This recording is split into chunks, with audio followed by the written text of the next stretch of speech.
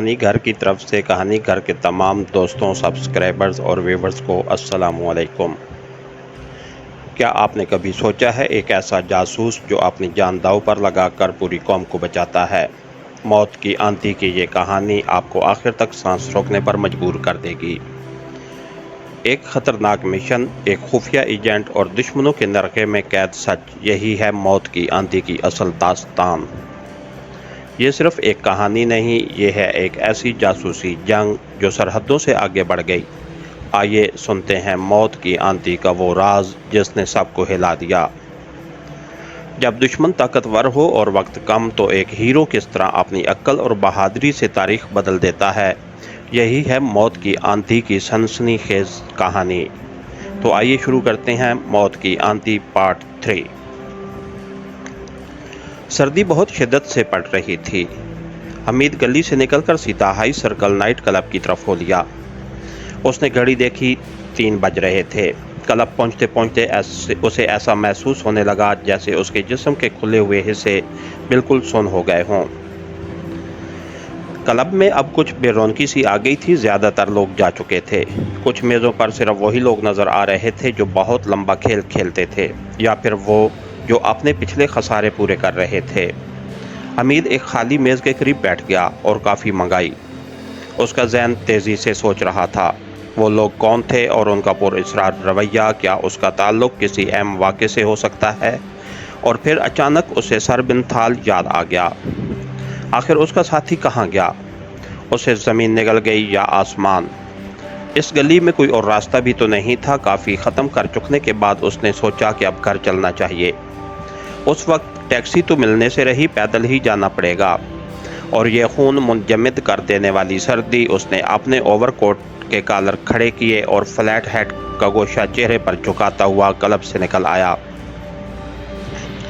گھر پہنچتے پہنچتے 4:30 بج گئے۔ فریدی کے سونے کے کمرے میں اندھیرا تھا، شاید وہ سو رہا تھا یا وہاں تھا ہی نہیں۔ نیند سے حمید کی آنکھیں بوجھل ہو رہی تھیں۔ وہ سیدھا اپنے کمرے میں آیا اور کپڑے اتار کر مسہری میں گھس گیا، اور پھر اسی وقت اس کی آنکھ کھلی جب فریدی نے اسے جھنجھوڑ کر جگایا۔ ارے صاحب، کون سی آفت آ گئی؟ وہ لحاف سے منہ نکال کر میز پر رکھی ہوئی ٹائم پیس کی طرف دیکھتا ہوا بولا، ابھی تو 9 ہی بجے ہیں۔ اس نے پھر منہ اندر کر لیا اور فریدی نے لحاف کھینچ کر الگ ڈال دیا۔ لا حول ولا قوت! حمید اٹھ کر کھڑا ہو گیا۔ تم کہاں تھے؟ فریدی نے پوچھا۔ جہاں سے ابھی آپ نے اٹھایا ہے۔ میں پوچھتا ہوں، رات تم کہاں رہے؟ اس کے لیے مجھے سوچنا پڑے گا، حمید نے کہا اور کمرے سے نکل کر غسل خانے میں چلا گیا۔ فریدی لائبریری کی طرف گھوم گیا، وہ خیالات میں ڈوبا ہوا تھا۔ حمید ناشتہ کرنے کے بعد پائپ پیتا ہوا ٹیلی فون کے قریب آیا۔ فریدی کسی کتاب کے مطالعے میں غرق تھا۔ حمید ریسیور اٹھا کر بولنے لگا، ہیلو کوتوالی، ذرا جگدیش، میں حمید بول رہا ہوں۔ کل رات یا آج صبح کسی انگریز نے کوئی رپورٹ تو نہیں درج کرائی؟ اوہ، کیا نام بتایا تم نے؟ راشر ٹیوی؟ ہاں، کیا بہت خوب، اچھا شکریہ۔ نہیں، کوئی خاص بات نہیں۔ شام کو آ رہے ہو؟ اچھا۔ حمید نے ریسیور رکھ دیا۔ اس دوران میں فریدی اسے گھور گھور کر دیکھتا رہا۔ کوئی نئی حماقت؟ فریدی نے طنزیہ انداز میں مسکرا کر پوچھا۔ جی ہاں، میری تو ہر حرکت حماقت ہے، حمید نے کہا۔ میں ایک نئے معاملے کی تحقیقات کر رہا ہوں۔ بہت اچھے، تو گویا آپ مذاق سمجھتے ہیں؟ جی نہیں، مجھے اچھی طرح معلوم ہے کہ آپ سر بن تھال کا تعاقب کرتے کرتے ایک دوسرے معاملے میں ٹانگ اڑا بیٹھے۔ جی، حمید نے چونک کر کہا۔ آپ کو کیا معلوم؟ خیر، اسے چھوڑو۔ اس مکان کا نمبر کیا تھا؟ فریدی نے پوچھا۔ پہلے آپ یہ بتائیے کہ آپ کو معلوم کیسے ہوا؟ بکواس چھوڑ، جو میں پوچھتا ہوں اس کا جواب دو، فریدی نے کہا۔ 13/2 ہارلے اسٹریٹ، یعنی 13/2 ہارلے اسٹریٹ۔ تم کچھ اور بھی کہنا چاہتے ہو؟ فریدی حمید کی طرف دیکھ کر بولا۔ کہو۔ کچھ نہیں، میں اس نئے معاملے کے متعلق جاننا چاہتا ہوں جس کی تم تحقیقات کر رہے ہو۔ آپ کو شاید نہیں معلوم کہ میں نے اپنا طریقہ کار بدل دیا ہے، حمید نے فریدی کے لہجے کی نقل کرتے ہوئے کہا۔ اچھا جی ہاں۔ خیر، جانے دو مجھے کہ آپ، فریدی نے سنجیدگی سے کہا۔ شاید تم ابھی فون پر جگدیش سے باتیں کر رہے تھے۔ کیا جگدیش نے تمہیں یہ نہیں بتایا کہ ٹیوی کے یہاں ایک بدماش بھی گھس گیا تھا جو بعد میں ان کے یہاں کی لائٹ फ्यूज़ करके निकल भागा और उसने हुलिया भी दर्ज करा दिया है। मेरी राय तो यह है कि तुम उस वक्त तक घर से बाहर ना निकलना जब तक तुम्हारे चेहरे पर काफ़ी घुनी दाढ़ी न निकल आए। हमीद खामोशी से फरीद की तरफ देखता रहा। उसकी हालत उस वक्त किसी ऐसे बच्चे की सी हो रही थी जिसे किसी गलती पर टोक दिया गया हो। तुम्हारा तरीकाकार वाकई बहुत दिलचस्प है, फरीदी हंस कर बोला। हमीद ने कोई जवाब देने की बजाय झींप कर एक किताब उठा ली। हाँ, अब कहो, चलो।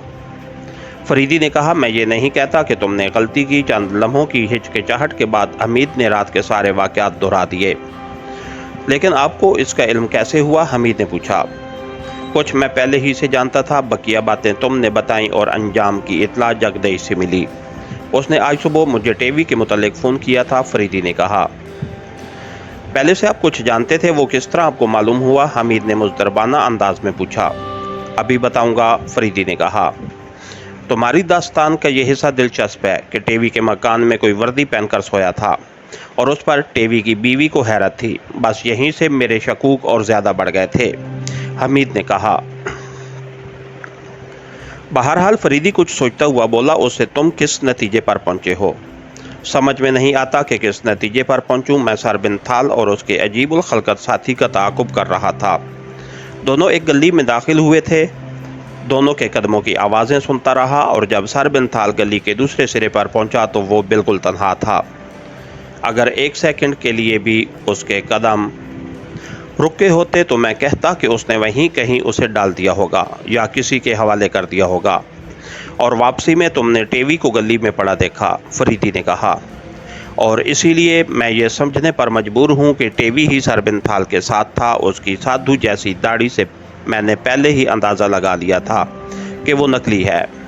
अच्छा, तो तुम ये समझ रहे हो कि सर बिन थाल ने उसे शराब पिलाई और गली में ले जाकर उसकी दाढ़ी नोच ली, फिर ज़ख्मी करके वहीं डाल दिया?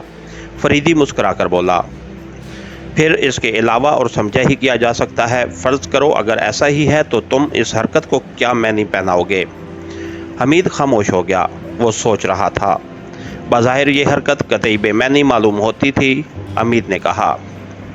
मगर ये कि मैं गैब दान नहीं हूँ, हमीद झुला कर बोला। फरीदी हंसने लगा। खैर, फरीदी उठता हुआ बोला, मैं समझता हूँ। थोड़ी देर बाद वो दोनों तहखाने की सीढ़ियाँ तय कर रहे थे और फिर वो लम्हा भी अजीब था जब हमीद के मुंह से हैरत की चीख निकल गई थी। सर बिन थाल का अजीबुल खलकत साथी फरीदी के तहखाने में बैठा उन्हें आंखें फाड़ फाड़ कर देख रहा था। यहाँ तुम्हें कोई तकलीफ़ तो नहीं हुई? फरीदी ने उससे अंग्रेज़ी में कहा। तुम्हें इस घनी दाढ़ी की वजह से गर्मी लग रही होगी, इसे अब अपने चेहरे से हटा ही दो तो बेहतर है। हमीद उसके चेहरे पर फरीदी के अल्फाज का रद्द अमल देख रहा था। सर बिन थाल का साथी इस तरह फरीदी की तरफ देखने लगा जैसे उसने कुछ सुना ही ना हो। मेरे ख्याल से ये गूंगा है, फरीदी ने हमीद की तरफ मुड़कर अंग्रेज़ी में कहा। हो सकता है, हमीद बोला। ठहरो, मैं इसकी दाढ़ी अलग किए देता हूँ, फरीदी ने कहा और आगे बढ़कर उसकी दाढ़ी नोच ली। वो खौफज़दा नज़र आने लगा लेकिन ज़बान से कुछ न बोला। उसके चेहरे से मसनूई दाढ़ी अलग हो चुकी थी। फरीदी उसके करीब बैठ गया और हमीद को भी बैठने का इशारा किया। फिर फरीदी ने ऐसी गुफ्तगू छेड़ दी जिसका उन मामलात से कोई तल्लक ही न था। हमीद को हैरत हो रही थी कि आखिर उससे फरीदी का क्या मतलब है। अरे खुदा गारत करे, सर बिन थाल के साथी ने एक बैग उछलकर अरबी ज़बान में कहा। हमीद घबराकर उसकी तरफ देखने लगा और फरीदी ने कहका लगाया, तो क्या तुम अंग्रेज़ी ज़बान बिल्कुल नहीं जानते? फरीदी ने अरबी में पूछा। जानता हूँ, वो झुला कर बोला। बहरहाल तुम्हारी मादरी ज़बान अरबी मालूम होती है। हाँ, मैं हसीना का भाई हूँ, वो चीख कर बोला। जिस तरह तुम लोगों ने उसे कत्ल किया है, मुझे भी मार डालो, मैं अब जिंदा नहीं रहना चाहता। हमीद को हैरत हो रही थी कि आखिर यक बयक ये गूंगा बोल कैसे पड़ा।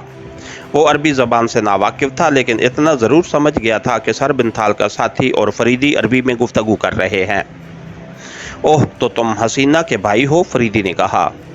हाँ, लेकिन अब देर किस बात की है, मुझे भी कत्ल कर दो, उसने जवाब दिया। परेशान होने की ज़रूरत नहीं, हम तुम्हें कत्ल करने के लिए नहीं लाए, फिर मुझे यहाँ तहखाने में क्यों रखा गया है? कल रात तुम किसके साथ थे और तुमने भेष क्यों बदल रखा था? फरीदी ने उसके सवाल को नज़रअंदाज करके पूछा। और भेष बदलने के बावजूद भी मैं न बच सका। तुम कतई बच गए, फरीदी ने संजीदगी से कहा। लेकिन सर बिन थाल को एक मिस्री से क्या दिलचस्पी हो सकती है? वो मेरे मरहूम बाप का दोस्त और मेरा हमदर्द है। क्या वो हसीना को पहचानता था? फरीदी ने पूछा। नहीं। और तुम्हें? हाँ, वो मुझे पहचानता है, लेकिन उसका ये मतलब नहीं कि तुम उसे भी ख़त्म कर दो। तुम इस शहर में कब आए हो? कल दोपहर को। सर बिन थाल से तुम्हारी मुलाकात किस तरह हुई? मैं उसी के यहाँ ठहरा था। तुम्हें कल ही हसीना के कत्ल के मुतल्लिक मालूम हो गया था? हाँ। तो फिर तुमने अपने मुतल्लिक पुलिस को क्यों इतला नहीं दी? तुम्हें इन सब बातों से क्या मतलब? वो झुला कर बोला। मतलब ये है कि मैं यहाँ के महकमे सराग रसानी का इंस्पेक्टर हूँ। सर बिन थाल का साथी हैरत से उसकी तरफ देखने लगा। तुम्हारा नाम? फरीदी ने पूछा। फ़ज़ील, मोहम्मद फ़ज़ील। तुमने एक बहुत बड़ा जुर्म किया है, फरीदी ने कहा। मैंने? वो मुतहय्यराना अंदाज में बोला। हाँ, तुमने। तुम्हें अपने मुतल्लिक पुलिस को ज़रूर मुतल्ले करना चाहिए था। मुझे सर बिन थाल ने रोक दिया था। क्यों? उसे डर था कि कहीं मैं भी न कत्ल कर दिया जाऊं। आखिर इस डर की वजह? फरीदी ने पूछा। इसलिए कि अब अपने ख़ानदान में सिर्फ मैं ही बाकी रह गया हूँ। मैं तुम्हारा मतलब नहीं समझा। मेरे अलावा मेरे ख़ानदान का एक एक फ़र्द कत्ल किया जा चुका है। आखिर क्यों? कोई वजह? वजह तो मुझे भी आज तक नहीं मालूम हो सकी। पहले मेरा बाप कत्ल हुआ, फिर बड़ा भाई, फिर बहन और शायद अब मेरी बारी है। मैं उस रुमाल के बारे में जानना चाहता हूँ जिसके लिए तुम्हारी बहन कत्ल की गई। ओह, वो मनहूस रुमाल। हाँ हाँ, कहो। वो रुमाल मेरे बाप ने अपने कत्ल से एक रोज़ कबल मेरे बड़े भाई को दिया था। आखिर वो रुमाल था कैसा? मामूली, जैसे कि सब रुमाल होते हैं।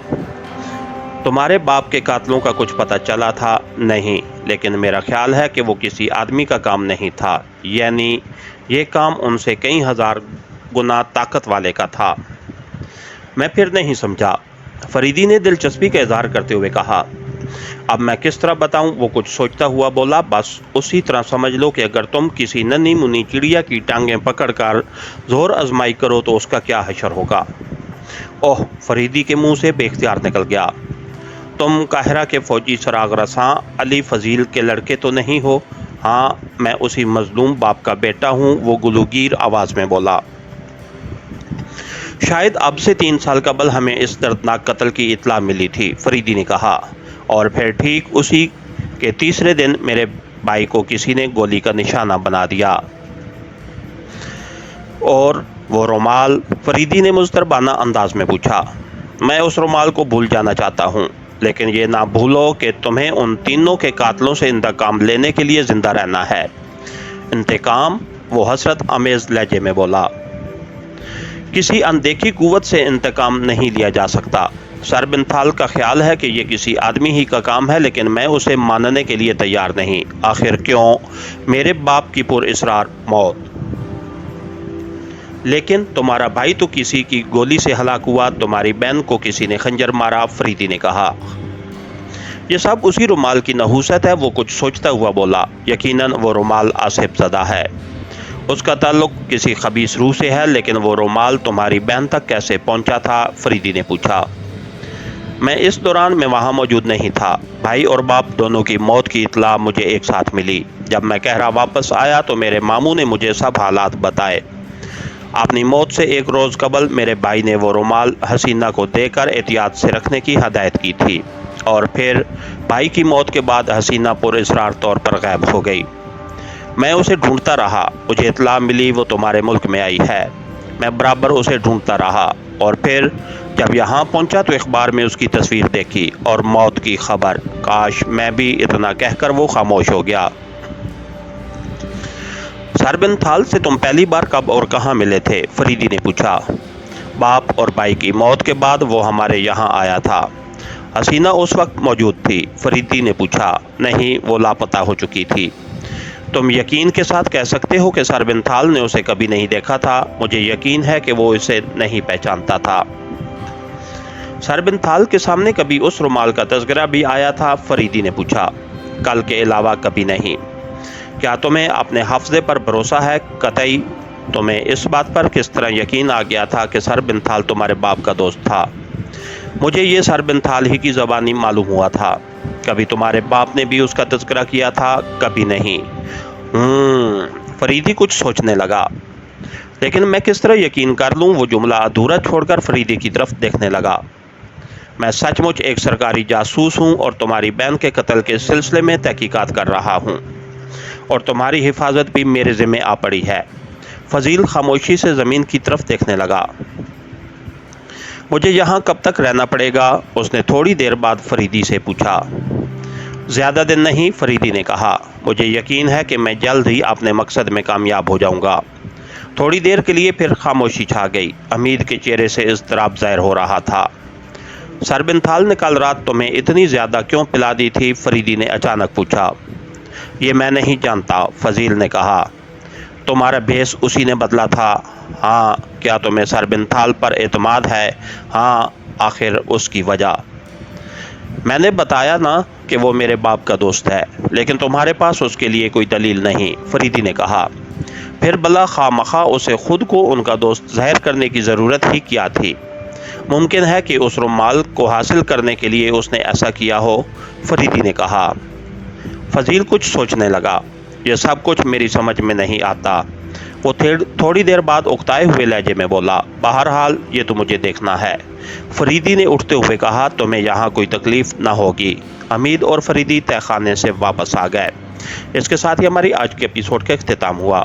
کہانی گھر چینل کو لائک کیجئے، سبسکرائب کیجئے اور بیل آئیکن کو پریس کر دیجئے تاکہ ہر آنے والی نئی ویڈیو آپ تک بر وقت پہنچ سکے۔ شکریہ۔